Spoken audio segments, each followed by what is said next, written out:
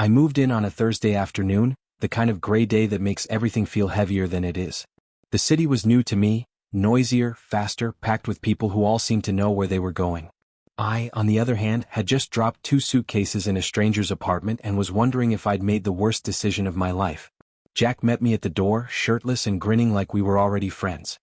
His hair was wet, like he'd just stepped out of the shower, and a tattoo I hadn't expected peeked out from under his collarbone. He looked like someone who belonged on a billboard for gym memberships or energy drinks, all muscle and casual confidence. "You must be Matt," he said, holding out a hand that was still damp. "Sorry?" Post-shower handshake. I shook it anyway. We hadn't known each other before this. I'd found the listing through a friend of a friend who'd moved abroad and left her room up for grabs. Jack needed a roommate and I needed somewhere affordable. That was the extent of the plan. Still, people warned me. "He has no filter," they said. "Kinda wild but harmless. Just, don't take anything he says too seriously." I'd laughed it off then. But as I stood in the kitchen a few hours later watching him chug orange juice straight from the carton, still shirtless, still unapologetically comfortable in his own skin, I started to understand what they meant. He was loud in the way confident people are. Not arrogant, exactly, just unbothered by the idea of shrinking himself.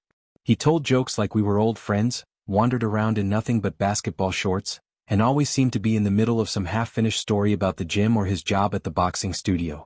"You do cardio?" he asked the first night, halfway through microwaving 2 frozen burritos. "Not really." "Cool. You'll probably live longer that way." He winked like he'd just said something profound. We ate on the couch. He had his legs stretched out like it was his own personal throne, and I took the corner, careful not to let my knee brush his. The TV played something loud and forgettable, but I wasn't really watching it. I kept sneaking glances at him. The ease of his posture, the way he laughed with his whole chest, the way he didn't seem to care what anyone thought. Over the next few days we settled into a routine. He left early for work and came back smelling like sweat and sandalwood, hair tousled from his motorcycle helmet. He always made enough eggs for 2, always left the bathroom door slightly ajar when he showered. Not on purpose, he was just like that. Casual. Effortless. Oblivious, maybe. One morning I walked in to grab something from under the sink and froze. Steam poured out from the bathroom, fogging up the mirror, and Jack stepped out of the shower wearing nothing but a towel slung dangerously low on his hips. "Oh, hey man," he said, running a hand through his hair. "Didn't see you there." I muttered something and turned away quickly. My face burned and I wasn't sure why. Actually, I just wasn't ready to admit it. It kept happening. Not on purpose, or at least I didn't think so. He'd walk around half-dressed, collapse on the couch after workouts in shorts that barely clung to his thighs, stretch his arms above his head and groan like he'd forgotten anyone else was in the room. He wasn't flirting, I told myself. He was just Jack. That's how he was. Still, it did something to me. Not just attraction, though, yeah, that was part of it, but the space he occupied. The freedom. I envied it. I hadn't grown up in a world where you could be that unguarded. And every time he walked past in a towel or called me dude, with that lazy grin, it chipped away at something in me I didn't know was still there. We talked more than I expected. At night, we'd hang out in the living room, trading stories from our day, eating leftovers or ordering pizza. Jack talked with his hands like every sentence needed space. I liked listening to him, even when he went on long tangents about gym clients or random podcast episodes. "You ever think about just disappearing?" he asked once, lying flat on the floor with a slice of pizza balanced on his chest. "Like running away?" "No, like not running. Just starting over. Being someone else somewhere new." I thought about that for a long time. Maybe that's what I was already doing. Then came the gym. Jack had a guest pass and insisted I come with him. I agreed mostly because I didn't know how to say no without sounding awkward. He was in his element there, greeting trainers with bro hugs, offering tips to strangers, lifting like it was second nature. I tried to keep up, but I was mostly focused on not falling off the treadmill. Afterward, he handed me a water bottle and grinned. "You've got potential," he said, nudging my shoulder. "Maybe I'll train you." "You think I need training?" "Not for the gym. For life, dude. You're way too polite." It was meant to be a joke. I laughed. But his hand lingered on my shoulder just a moment longer than it had to. Later that night, I replayed that second in my head. The contact. The smile. The look in his eyes. Amused, yes, but something else underneath. Curious, maybe. Or was I imagining that? I told myself he was just teasing. But deep down I wasn't sure anymore. The first few weeks passed in an easy rhythm, or at least that's what I kept telling myself. Jack and I had fallen into a pattern that looked almost domestic from the outside. Two guys sharing coffee in the morning, complaining about the price of groceries, arguing about which streaming service had the better documentaries. But beneath the casual routine there was something. A pulse that didn't belong to ordinary friendship. Jack was still the same, comfortable in his own skin, maybe too comfortable. He'd come home from the gym and strip off his shirt before tossing it into the hamper, wandering into the kitchen half-dressed, humming along to whatever song was stuck in his head. Sometimes he'd stop beside me at the table, phone in hand, leaning close so I could see whatever video he wanted to show. His shoulder would brush mine. His breath would ghost against my cheek when he laughed. I kept pretending it didn't affect me. When he laughed, it wasn't quiet. It came from deep in his chest, filling the room, pulling me in before I realized it. I started to notice details, the way his hair curled slightly when damp, the faint smell of soap and sweat that clung to him after workouts, the soft scrape of his stubble when he rubbed his jaw. It wasn't supposed to mean anything. Admiration, that's all, I told myself. You can admire someone. You can find them magnetic without it being attraction. Still, I caught myself standing in the doorway more than once, watching him from a distance as he did something completely ordinary, like tying his shoes or scrolling on his phone. Ordinary, yet somehow impossible to look away from. One night, he was sprawled across the couch watching a nature documentary. The narrator's voice droned about migration patterns while Jack absent-mindedly stretched his arms behind his head, exposing a line of tan skin above his waistband. "You good?" he asked, catching me staring. "Yeah. Just tired." He grinned. "Tired or hypnotized?" I rolled my eyes, but my ears burned.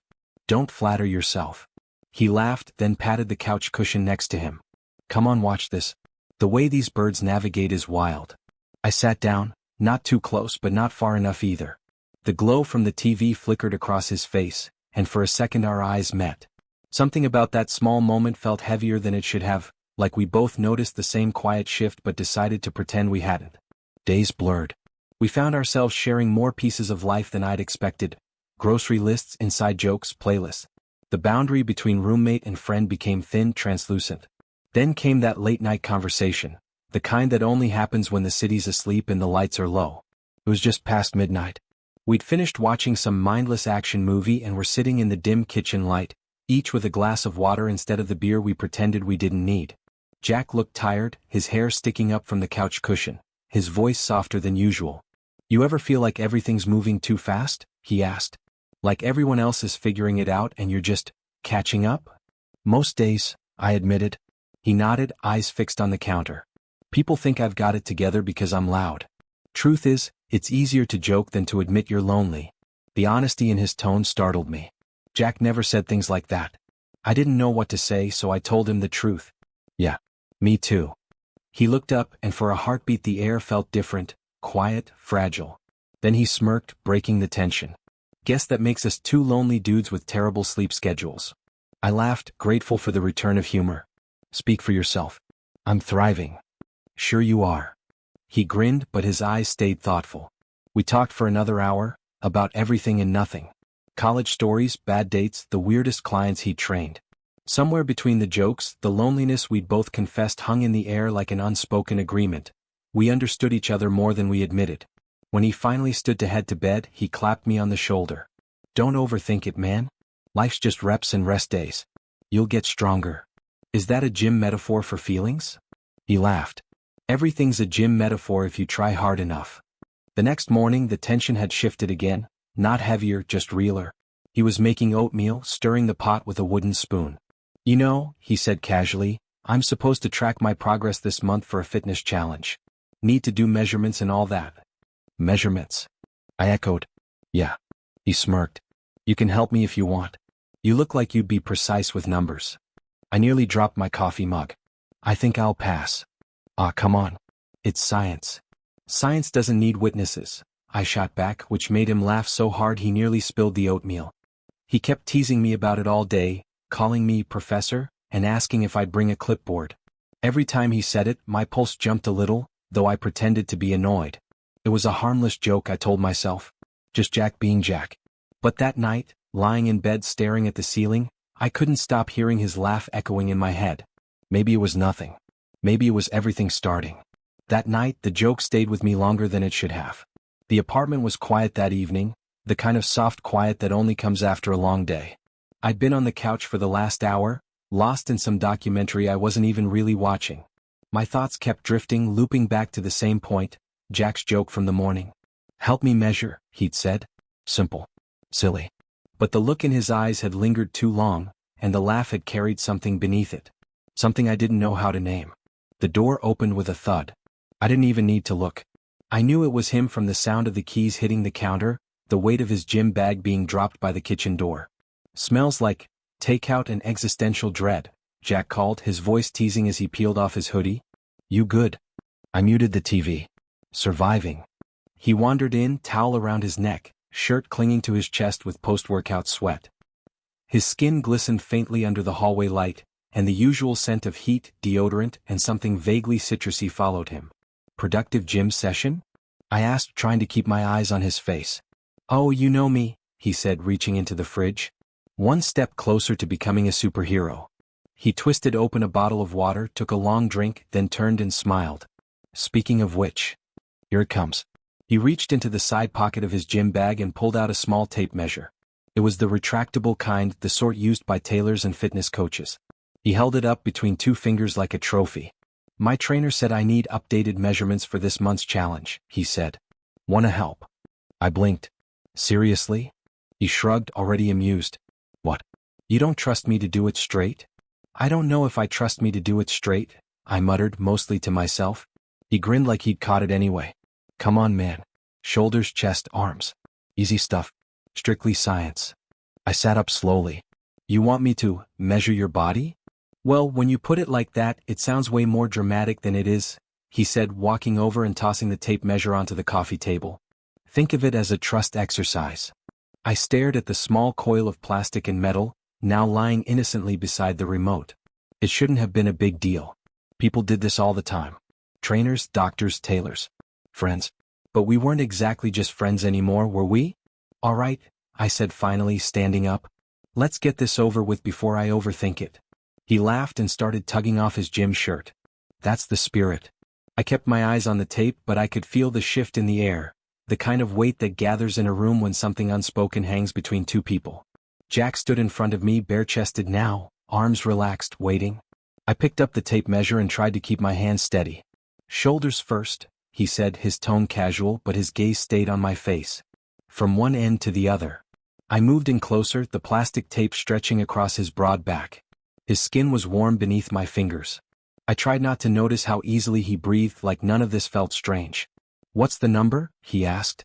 21.5. "Respectable," he said, grinning. Next was his chest. I hesitated. He raised an eyebrow. "You okay?" "Yeah. Just trying to remember how to do this properly." He stepped forward. "Want me to hold it in place?" Before I could answer, his hand was over mine, guiding the tape gently across the center of his chest. His palm rested lightly on mine, just long enough to make me forget what I was doing. I cleared my throat. "Okay. That's 42.25. "Progress," he said. "See? You're good at this." We went through shoulders, chest, biceps, all while trying to keep things light. We cracked jokes. We laughed. I tried not to focus on the way his body moved or how close he stood. But the moment came when all the noise fell away. It was just after I'd finished measuring his waist. He stood there, arms at his sides, watching me wind the tape back up. He didn't smile this time. He didn't joke. Instead, he asked quietly, "Does this make you uncomfortable?" I looked up. His expression was open, not teasing, not smug. Just curious, honest. I swallowed. "A little." Jack nodded slowly, eyes never leaving mine. "Why?" I hesitated. Then I said it, softly but clearly. "Not for the reason you think." A long silence passed between us. Something shifted in his eyes, not surprise exactly. More like understanding. Like some invisible barrier between us had finally cracked. He didn't press me. He didn't ask for more. He just nodded again, slowly. "Okay," he said. "Thanks for helping." I nodded too. "Yeah. Anytime." We both stood there in the middle of the room like we weren't quite sure what came next. He picked up his shirt but didn't put it on. I sat back down but didn't turn the TV back on. Eventually, Jack spoke again. "Hey, you know I joke around a lot, but I don't want to make you feel weird." "You didn't," I said. "Not really. I guess I didn't expect things to feel this complicated. He offered the smallest smile. Yeah. Me neither. We didn't talk about it anymore that night. He went to shower. I sat in the quiet, the tape measure still in my hand, curled up like a secret. We both laughed again when he came out, towel over his shoulders, joking about protein shakes and cheat days. But this time the laughter sounded different, softer, closer. Almost like relief. The next few days passed like shadows moving across a wall. Everything looked the same but nothing felt quite right. Jack and I still crossed paths in the apartment.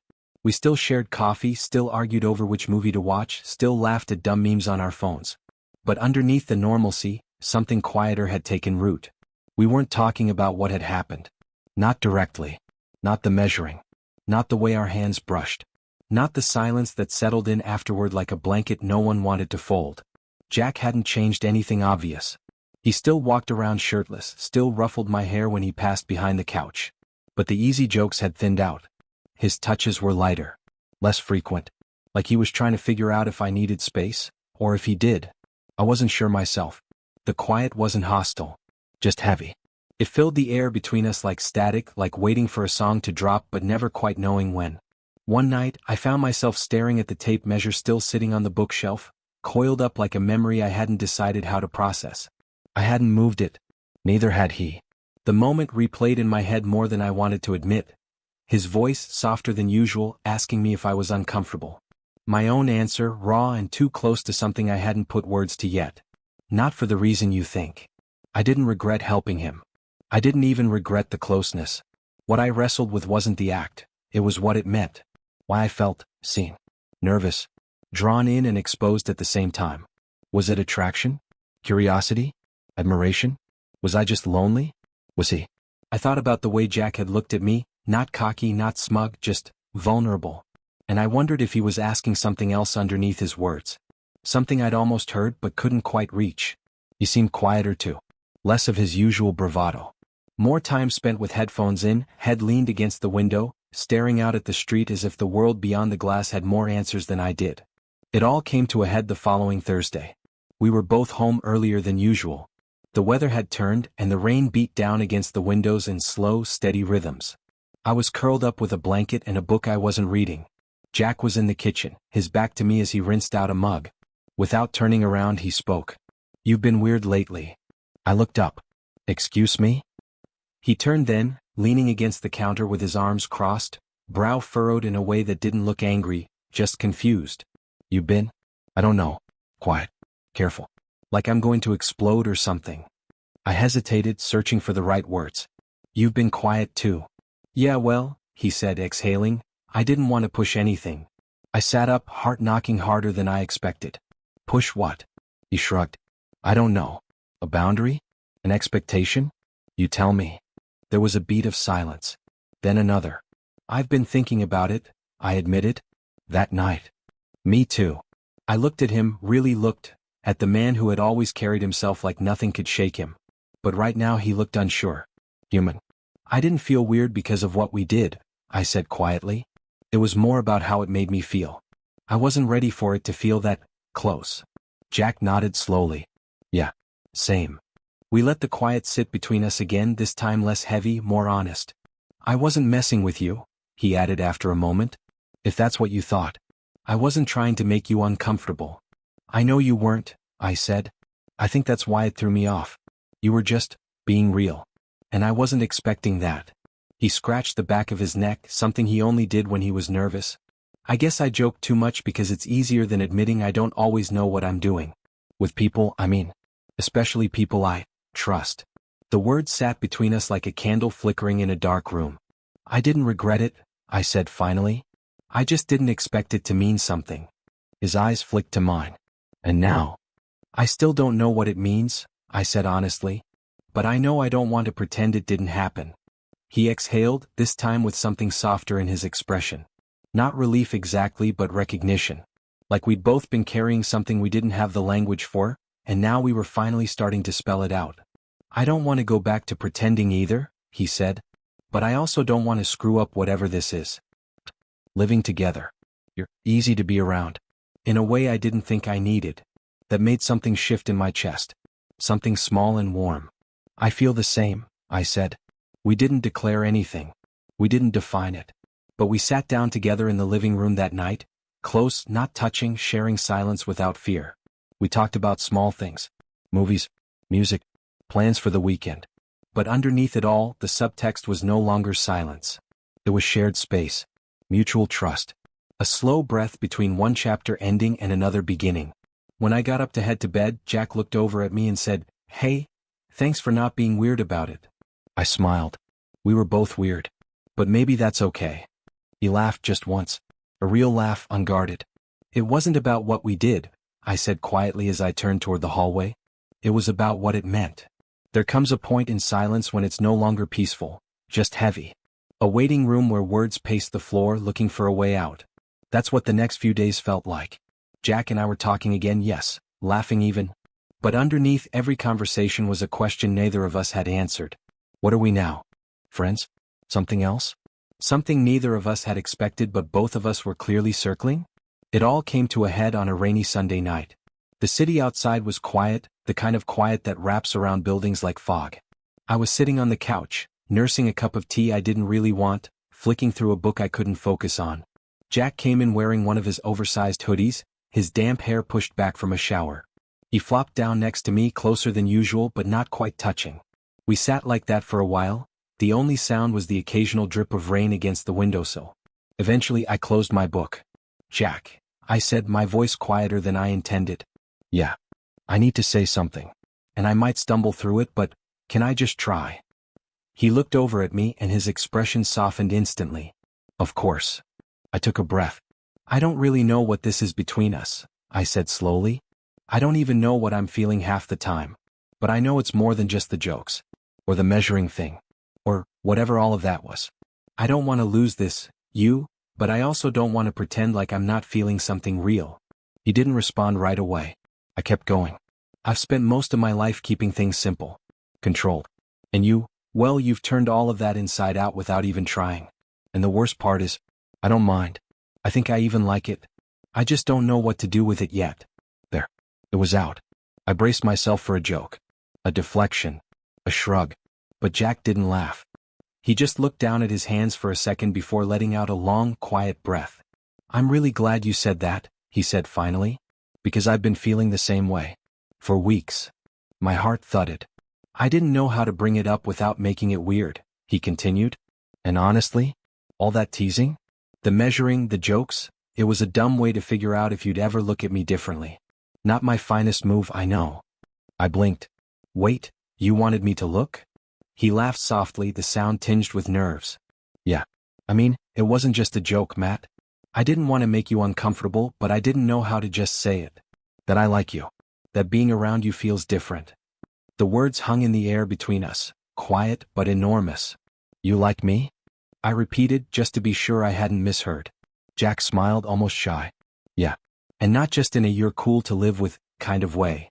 I stared at him, trying to match the version of Jack I thought I knew, confident, effortless, untouchable, with the one sitting next to me now. Open. Vulnerable. Human. And somehow that version meant more.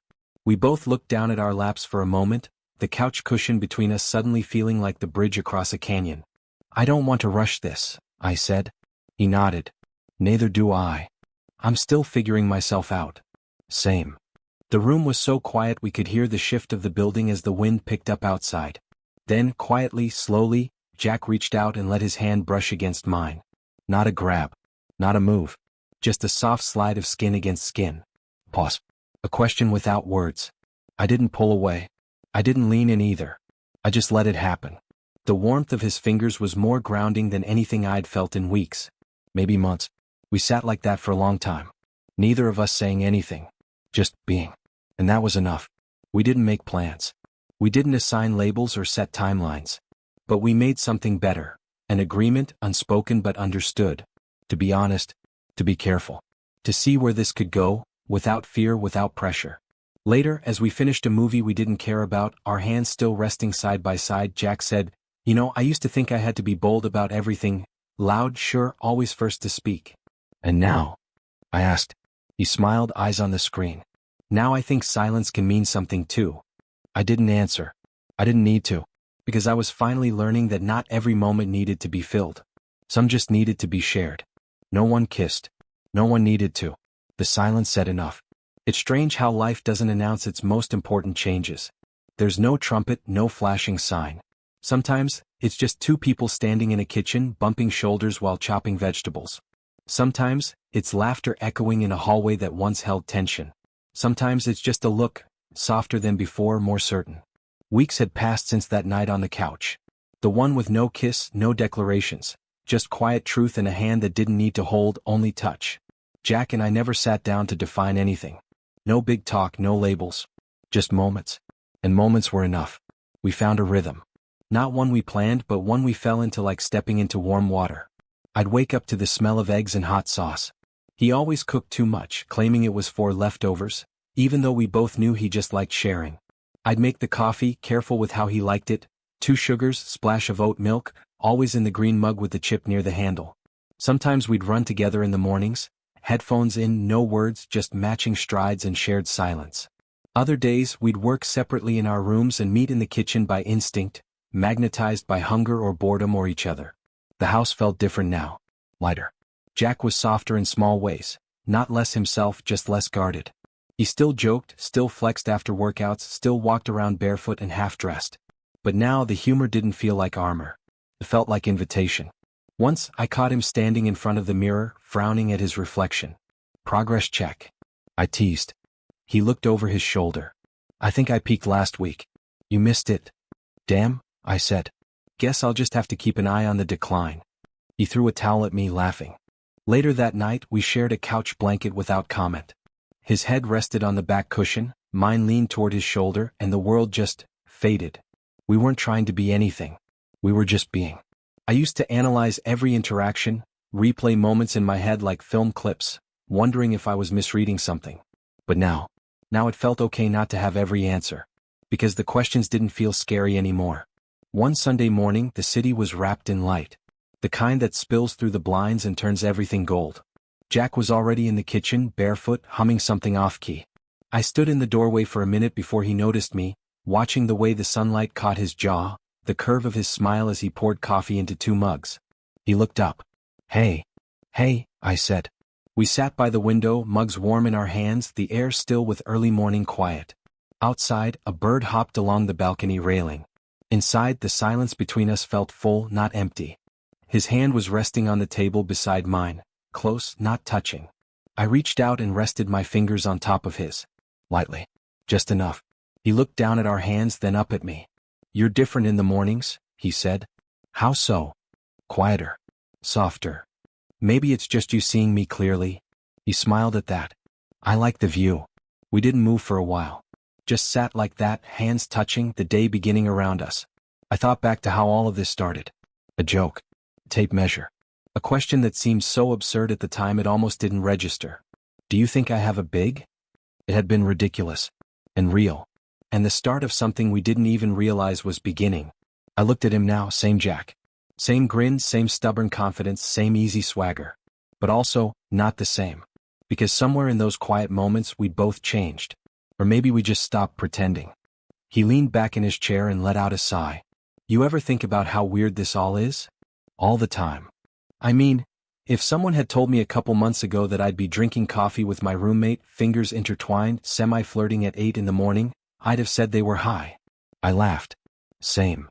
And yet, he said, squeezing my hand just once, here we are. I nodded. Here we are. We didn't need more than that. Not yet. Maybe never. Because this, the laughter, the softness, the ordinary intimacy, was already more than enough. We finished our coffee slowly, watching the light shift across the floor. He once asked me to measure something stupid. In the end, it was my own heart that came up short. Until he filled the rest. If this story touched you, don't forget to give it a like. It really helps the channel grow. And tell me in the comments, have you ever felt something unexpected for someone close, but didn't know how to put it into words? If you enjoyed this kind of emotional slow burn romance, make sure to subscribe and hit the bell. We've got more heartfelt stories coming every week.